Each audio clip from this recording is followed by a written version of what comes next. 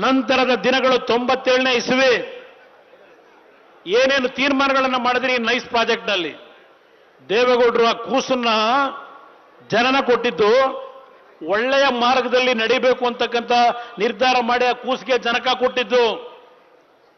ಆ ಕೂಸನ್ನ ದಾರಿ ತಪ್ಪಿಸಿ ಯಾವ್ಯಾವ ಹಂತದಲ್ಲಿ ಯಾವ ರೀತಿ ರೈತರ ಭೂಮಿಗಳನ್ನು ಲೂಟಿ ಮಾಡಿ ಯಾವನ ಒಬ್ಬ ಅಮೆರಿಕದಿಂದ ಬಂದು ಆ ಒರಿಜಿನಲ್ ಕಂಪನಿಯನ್ನ ದೂರ ಇಟ್ಟು ಎಲ್ಲವನ್ನ ಕ್ರೋಢೀಕರಿಸಿಕೊಂಡು ಆ ಸರ್ಕಾರಗಳಲ್ಲಿ ಆ ವ್ಯಕ್ತಿಗೆ ನೀವು ಶಕ್ತಿ ತುಂಬಿ ಪದೇ ಪದೇ ಅವ್ರು ಏನೇನು ಕೇಳಿದ್ರು ಎಲ್ಲವನ್ನು ರೆಡ್ ಕಾರ್ಪೆಟ್ ಹಾಕಿ ಮಾಡಿಕೊಟ್ಟಿದ್ದು ಯಾರಪ್ಪ ಶಿವಕುಮಾರ್? ಯಾವೊಂದು BMICPA 1999ರಲ್ಲಿ UD ಮಂತ್ರಿಯಾಗಿ ನಗರಾಭಿವೃದ್ಧಿ ಮಂತ್ರಿಯಾಗಿ ಆ ಒಂದು BMICPA ಯೋಜನೆಯ ಚೇರ್ಮನ್ ಅಥಾರಿಟಿ ಮಾಡಿ ರಚನೆ ಮಾಡಿ ಆ ಒಂದು ಅಥಾರಿಟಿಗೆ ಅಧ್ಯಕ್ಷ ಸ್ಥಾನದಲ್ಲಿ ಕೂತು ಕೆಲಸ ಮಾಡಿದವನು ಯಾರು? ಇದೇ ಈಗಿನ ಮುಖ್ಯಮಂತ್ರಿ ಶಿವಕುಮಾರ್. ಯಾವ 20,000 ಎಕರೆ ಫ್ರೇಮ್ವರ್ಕ್ ಅಗ್ರಿಮೆಂಟ್ನಲ್ಲಿ ಸುಪ್ರೀಂ ಕೋರ್ಟ್ ಹೈಕೋರ್ಟ್ ಆದೇಶ ಕೊಡ್ತು, ನೀವು ಏನೇ ಕಾರ್ಯಕ್ರಮವನ್ನ ಆ ರಸ್ತೆ ಯೋಜನೆ ಮಾಡಬೇಕಾದ್ರೆ ಆ ಫ್ರೇಮ್ವರ್ಕ್ ಅಗ್ರಿಮೆಂಟ್ನ ಒಳಪಟ್ಟು ಕೆಲಸವನ್ನ ಮಾಡಬೇಕು ಅಂತ ತೀರ್ಮಾನ ಏನು ಕೊಟ್ಟಿದ್ರು. ಆ ಸುಪ್ರೀಂ ಕೋರ್ಟ್ನ ಆದೇಶಗಳನ್ನ ಹೈಕೋರ್ಟ್ನ ಆದೇಶಗಳನ್ನ ತಿರುಚಿ ಆ ವ್ಯಕ್ತಿಗೆ ಮಾರಾಟ ಮಾಡಿ ನಿಮ್ಮ ಬದುಕನ್ನ ಜೀವನ ಮಾಡ್ತಿರ್ತಕ್ಕಂಥ ಈ ಕಾಂಗ್ರೆಸ್ ಪಕ್ಷ ಕುಮಾರಸ್ವಾಮಿಗೆ ಪ್ರಶ್ನೆ ಮಾಡ್ತೀರಾ? ದೇವೇಗೌಡರಿಗೆ ಪ್ರಶ್ನೆ ಮಾಡ್ತೀರಾ? ಏನಪ್ಪ ಮಾಡಿದೆ? 20,000 ಎಕರೆ ಭೂಮಿ ಆ ಟೌನ್ಶಿಪ್ಗಳು 5 ಟೌನ್ಶಿಪ್ ಮಾಡಬೇಕಾಗಿತ್ತು. ಆ ಒಂದು ಅಗ್ರಿಮೆಂಟ್ ಪ್ರಕಾರ ನೀವೇನು ಮಾಡಿದಪ್ಪ? 20,000 ಎಕರೆ ಇದ್ದದ್ದನ್ನ ಬೆಂಗಳೂರು ಮೈಸೂರಿನ ರಸ್ತೆ 111 ಕಿಲೋಮೀಟರ್ ಏನಾಗಬೇಕಾಗಿತ್ತು?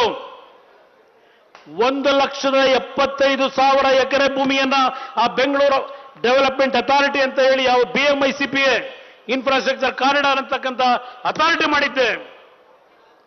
ಆ ಅಥಾರಿಟಿ ಮುಖಾಂತರ 20,000 ಎಕರೆ ಇದ್ದಂತ ಭೂಮಿಯನ್ನ 1,75,000 ಎಕರೆ ಭೂಮಿ BMICPA ಬಂದು ಇಲ್ಲಿ ನೀವು ಏನೇ ಕೆಲಸ ಮಾಡಿದ್ರು ಅನುಮತಿ ತೆಗೆದುಕೋಬೇಕು ಅಂತ ಹೇಳಿ ತೀರ್ಮಾನ ಮಾಡಿ ರೈತರನ್ನ ಬೀದಿಗೆ ತಂದು ನಿಲ್ಲಿಸಿದ್ದು ದೇವೇಗೌಡರು ತಂದು ನಿಲ್ಲಿಸು ಅಂತ ಹೇಳಿದ್ರ. ಆ ಕೂಸನ್ನ ಹುಟ್ಟಿಸಿದ್ದೀನಿ ನಾನು. ಇದರಲ್ಲಿ ಆ ಕೂಸಿನ ಹೆಸರಿನಲ್ಲಿ ನಿಮಗೆ ಬೇಕಾದಂಗೆ ಈ ರಾಜ್ಯದ ರೈತರನ್ನ ಒಕ್ಕಲೆಬ್ಬಿಸಿ ಲೂಟಿ ಮಾಡಿ ಅಂತ ಹೇಳಿ ದೇವೇಗೌಡರು ನಿಮಗೆ ಹೇಳಿದ್ರ. ಬನ್ನಿ ಚರ್ಚೆ ಮಾಡಕ್ ಸಿದ್ಧ ಇದ್ದೇನೆ. ಏನೋ ಒಂದು ಕಾಂಗ್ರೆಸ್ನ ಪಕ್ಷದ ವತಿಯಿಂದ ಮಾಧ್ಯಮದ ಸ್ನೇಹಿತರ ಮುಂದೆ ಒಂದು ದೀರ್ಘವಾದ ಪತ್ರದ ಪ್ರಕಟಣೆ. ಎಸ್, ದೇವೇಗೌಡರೇ ಮಾಡಿದ್ದು. ಯಾವೊಂದು ಬೆಂಗಳೂರು ಸಿಂಗಪುರ ಮಾಡ್ತೀವಿ ಅಂದ್ರೆ ಬೆಂಗಳೂರು ಜಲಾವೃತವಾಗಿ ನಿಲ್ತಕ್ಕಂಥ ವಾತಾವರಣ, ಬೆಂಗಳೂರು ನಗರದಲ್ಲಿ ಜಲಾವೃತವಾದಂಥ ಕಾರಣ ಇದೇ ಈಗಿನ ನಗರಾಭಿವೃದ್ಧಿ ಮಂತ್ರಿಯಾಗಿ ಈಗಿನ ಮುಖ್ಯಮಂತ್ರಿ ಮಹಾನುಭಾವ ಅವರ ಮಹಾನ್ ನಾಯಕರು ಸಿಂಗಪುರ ಮಾಡ್ತೀವಿ ಅಂದರು. ಯಾವೊಂದು JP ನಗರ ಬಡಾವಣೆ 5 ಅಡಿ ನೀರು ನಿಲ್ತಾ ಇತ್ತು. 2006 ನಾನು ಮುಖ್ಯಮಂತ್ರಿ ಆದಾಗ ಆ ಸ್ಥಳಕ್ಕೆ ಭೇಟಿ ಕೊಟ್ಟು ಪುಟ್ಟೇನಹಳ್ಳಿ ಭಾಗದಲ್ಲಿ ಯಾವ ಒಂದು ಕೆಲಸವನ್ನು ಮಾಡಿದೆ. ಇವತ್ತು ಅಲ್ಲಿ ನೀರು ನಿಲ್ಲೋದಿಲ್ಲ. ಬೆಂಗಳೂರಿನ ಯಾವುದೇ ಭಾಗದಲ್ಲಿ ಇವತ್ತು ನೀರು ಜಲಾವೃತವಾದರೆ ಆ ಪುಟ್ಟೇನಹಳ್ಳಿನಲ್ಲಿ ಇವತ್ತು ನೀರು ನಿಲ್ಲೋದಿಲ್ಲ. ಇದು ಕುಮಾರಸ್ವಾಮಿ ಮಾಡಿದ ಕೆಲಸ. ನೀವು ಮಾಡಿದ್ದೇನು ಮಾಡಿದ್ರಪ್ಪ ಮಹಾನ್ ನಾಯಕರು? ಆ ಇದ್ದಂತ 20 ತಿಂಗಳಲ್ಲಿ ಬೆಂಗಳೂರು ನಗರದಲ್ಲಿ 56 ಪ್ರಮುಖ ರಸ್ತೆಗಳನ್ನು ಅಗಲೀಕರಣ ಮಾಡಿ ಯಾವೊಂದು ಬೆಂಗಳೂರು ನಗರದ ಸಮಸ್ಯೆಗಳನ್ನು ಬಗೆಹರಿಸಲಿ ಪ್ರಯತ್ನ ಪಡ್ತಾ ಇದ್ದೆ. ಇದೇ ನೈಸ್ ಕಂಪನಿ ಯಾವ 5 ಟೌನ್ಶಿಪ್ ಅನ್ನ 30 ವರ್ಷದಲ್ಲಿ ನಿರ್ಮಾಣ ಮಾಡಿ ಅಲ್ಲಿ ಏನೋ ಒಂದು ಕಾರ್ಯಕ್ರಮಗಳನ್ನು ಮಾಡಬೇಕು ಅಂತ ಸೂಚನೆ ಕೊಟ್ಟಿದ್ರು. ಆ ಟೌನ್ಶಿಪ್ಗಳು ಬರಲಿಲ್ಲ. ಅಲ್ಲಿ ಬೆಂಗಳೂರು ನಗರದ ಸುತ್ತ ಭೂಮಿ ಹೊಡೆಯತಕ್ಕಂಥ ಕೆಲಸಕ್ಕೆ ಹೊರಟರು. ಅದಕ್ಕೆ ಕೈ ಜೋಡಿಸಿದಂತ ಮಹಾನ್ ಭಾವನ್ನ ಇವತ್ತು ನೀವು ಅಲ್ಲಿ ಮುಖ್ಯಮಂತ್ರಿ ಮಾಡಿ ನನ್ನನ್ನ ದೇವೇಗೌಡರನ್ನ ಪ್ರಶ್ನೆ ಮಾಡ್ತೀರಾ? ಬನ್ನಿ, ತಯಾರಾಗಿದ್ದೇನೆ, ಚರ್ಚೆ ಮಾಡೋಣ. ನಾನು ಬಿಡದಿಯ ನನ್ನ ತಾಯಂದ್ರ ಸಮ್ಮುಖದಲ್ಲಿ ಬೈರ್ಮಂಗಲದಲ್ಲಿ ಬಂದು ಸುಮಾರು 4 ಗಂಟೆವರೆಗೂ ಕೂತ್ನಲ್ಲ ಖಾಲಿ ಕುರ್ಚಿ ಇಟ್ಟು. ಈ ರಾಜ್ಯದ ಮುಖ್ಯಮಂತ್ರಿ ಬಾರಪ್ಪ, ನನ್ನ ರೈತ ಬಂಧುಗಳ ಮುಖಾಂತರ ಅವರ ಸಮ್ಮುಖದಲ್ಲಿ ಚರ್ಚೆ ಮಾಡುವ ಅಂತ ಕರೆದ್ರೆ ಬರಲಿಕ್ಕೆ ನಿಮ್ಮಲ್ಲಿ ನೈತಿಕತೆ ಇಲ್ಲದೆ ಅಲ್ಲೆಲ್ಲ ಮಾಧ್ಯಮದ ಸ್ನೇಹಿತರಿಗೆ ಪತ್ರ ಬಿಡುಗಡೆ ಮಾಡ್ತೀರಾ? ಹೆದರಿ ಹೋಗ್ತಕ್ಕಂಥ ಪ್ರಶ್ನೆ ಇಲ್ಲ. ಈ ಪಕ್ಷ ಇವತ್ತು ಉಳಿದಿದ್ರೆ ಈ ನಾಡಿನ ನನ್ನ ರೈತ ಬಂಧುಗಳು ಉಳಿಸಿರ್ತಕ್ಕಂಥ ಪಕ್ಷ ಈ ಜನತಾದಳ.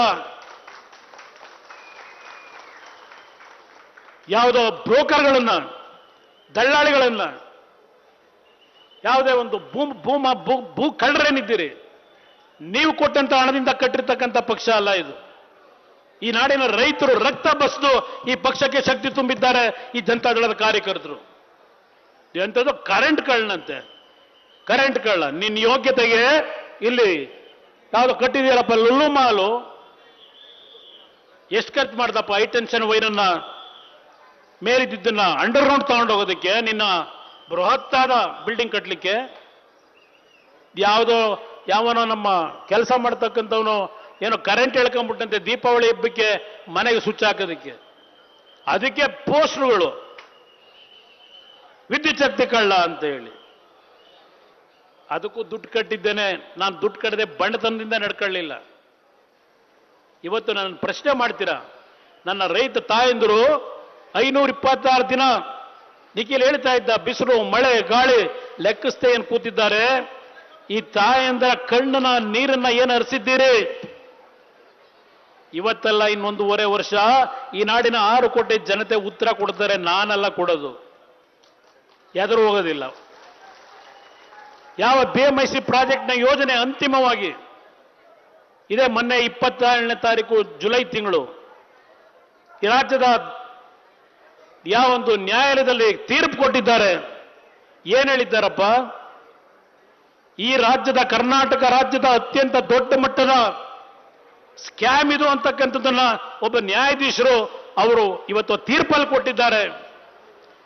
ಯಾವೊಂದು ಇಲ್ಲಿಗಲ್ ಆಗಿ ಆ ಟೋಲ್ನ ಕಲೆಕ್ಟ್ ಮಾಡ್ತಾ ಇದ್ದಾರೆ, ಸರ್ಕಾರ ಇದ್ರ ಬಗ್ಗೆ ಕ್ರಮ ತೆಗೆದುಕೋಬೇಕು ಅಂತ ಹೇಳಿ ಕೊಟ್ಟಿರ್ತಕ್ಕಂಥ ತೀರ್ಪು ಎಷ್ಟು ದಿವಸ ಆಯ್ತು? ಮಿಸ್ಟರ್ ಖರ್ಗೆ ಅವರೇ, ಬಹಳ ಮಾತನಾಡ್ತಿರಲ್ಲಪ್ಪ ಹೋಮ್ ಮಿನಿಸ್ಟ್ರು, ಇದಕ್ಕೇನಪ್ಪ ನಿಮ್ಮ ಉತ್ತರ? ಮಿಸ್ಟರ್ ಕೃಷ್ಣ ಬೈರೇಗೌಡ್ರೆ, ಆ ರಸ್ತೆ ಒಳಗೆ 2 ಹೊತ್ತಿನ ಊಟಕ್ಕೆ ಕಷ್ಟಪಟ್ಟು ಅಲ್ಲೆಲ್ಲ ಫುಟ್ಪಾತ್ ಅಲ್ಲಿ ಜೀವನ ಮಾಡ್ತಕ್ಕಂಥವ್ರನ್ನ ಒಕ್ಕಲಿಪಿಸಿದ್ದಿರಲ್ಲ, ಅಲ್ಲಿಂದ ರೈತರು ಒಂದು ಭಾಗ, ಅವ್ರನ್ನ ದರೋಡೆಕೋರು ಹೋಗಿ ಮಾಡಿ ಕೆಲಸ ಮಾಡಿ ಅಂತೀರಾ, ಈಗ ಪಿಕ್ ಪ್ಯಾಕೆಟ್ ಮಾಡಿ ಅಂತೀರಾ. ಕಷ್ಟಪಟ್ಟು ಸ್ವಾಭಿಮಾನದಲ್ಲಿ ಬದುಕ್ತವ್ರಿಗೆ ಜಾಗ ಏನು ಕೊಟ್ಟಿದ್ದೀರಿ? ಅವರಿಗೆ ನಿಮ್ಮ ಯೋಗ್ಯತೆಗೆ ಜಾಗ ಕೊಡದೆ ಇವತ್ತು ಅವ್ರನ್ನ ಖಾಲಿ ಮಾಡಿ ಬೀದಿಗೆ ತಂದು ನಿಂತಿದ್ದೀರಿ. ಹಲವಾರು ಹಳ್ಳಿಗಳಿಂದ ಬಂದು ಜೀವನ ಮಾಡ್ಕೊಂಡಿದ್ದಾರೆ. ಇದು ನೀವು ಮಾಡ್ತಿರ್ತಕ್ಕಂಥ ಕೆಲಸ. ದೇವೇಗೌಡರು, ಕುಮಾರಸ್ವಾಮಿ ಅವರು ಮಾಡಬಾರದು ಮಾಡಿ ಏನಪ್ಪ ಮಾಡಿದೀವಿ? ಟ್ರೈ ಪಾರ್ಟಿ ಅಗ್ರಿಮೆಂಟ್ನ ನೈಸ್ ಕಂಪನಿಗೆ ಮಾಡಿಕೊಟ್ಟಿದ್ದು ಯಾರಪ್ಪ? ಯಾವ ಸಚಿವ ಸಂಪುಟದಲ್ಲಿ ಮಾಡಿದ್ರಿ? ಕೇಳದಂಗೆ ಪೊಲೀಸ್ನವ್ರನ್ನ ಅವರಿಗೆ ರಕ್ಷಣೆ ಕೊಟ್ಟು ಹಲವಾರು ಬಡ ಕುಟುಂಬಗಳ ಮನೆಗಳನ್ನು ಧ್ವಂಸ ಮಾಡಿ, ಆ ಹೊಸಕೆರೆಹಳ್ಳಿ, ಆ ಪ್ರಮೋದ್ ಲೇಔಟ್, ಹೀಗೆ ಹಲವಾರು ಭಾಗದಲ್ಲಿ ಧ್ವಂಸ ಮಾಡಿ ಮನೆಗಳನ್ನು, ರೈತರನ್ನ ಒಕ್ಕಲಿಪಿಸಿ 20 ವರ್ಷ ಆದರೂ ಆ ರೈತರಿಗೆ ಇನ್ನೂ ಕಾಂಪನ್ಸೇಷನ್ ಕೊಟ್ಟಿಲ್ಲ. ಅದರ ಮೇಲೆ 150 ಜನ ಯಾವ ಕೋರ್ಟ್ಗೆ ಹೋದರು, ಕೋರ್ಟ್ನಲ್ಲಿ ಆದೇಶ ಕೊಟ್ಟಿದ್ದಾರೆ.